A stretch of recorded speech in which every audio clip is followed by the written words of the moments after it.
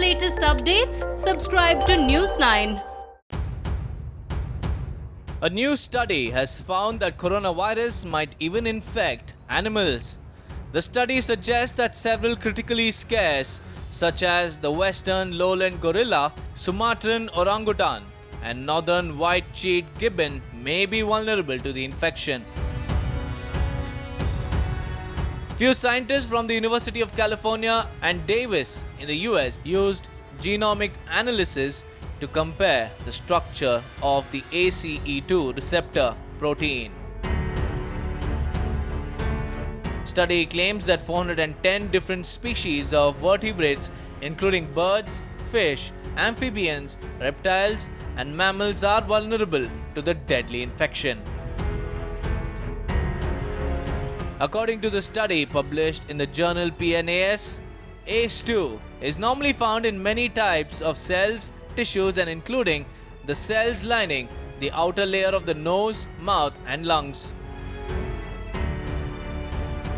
The amino acid in the body were building blocks which make up ACE2. In the study, researchers used the sequence of these 25 amino acid molecules, assessed how they interact with each other, and are modeled in its predicted protein structure. Using this model, the researchers evaluated how many of the 25 amino acids are found in the ACE2 protein of different species. Animals with all 25 amino acid residues matching the human protein are predicted to be at the highest risk for contracting SARS-CoV-2 via ACE2. The risk is predicted to decrease the more the species ACE2 binding residues differ from humans.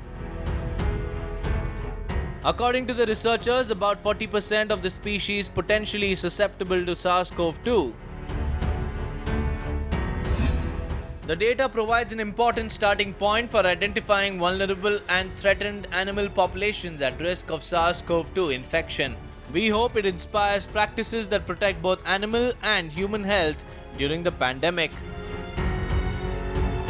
The study says that the marine mammals such as grey whales and bottlenose dolphins, as well as Chinese hamsters, are also at high risk of contracting the virus. It is said that domestic animals like cats, cattle, and sheep were found to have a medium risk, while dogs, horses, and pigs have low risk for the virus binding to their ACE2 receptors.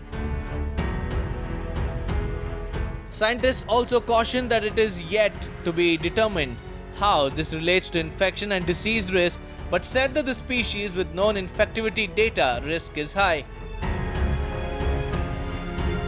According to the scientists, a lower propensity for binding could translate to lower propensity for infection or lower ability for the infection to spread in an animal or between animals once they are established. Zoonotic diseases and how to prevent human to animal transmission is not a new challenge to zoos and animal care professionals. This new information allows us to focus our efforts and plan accordingly to keep animals and humans safe.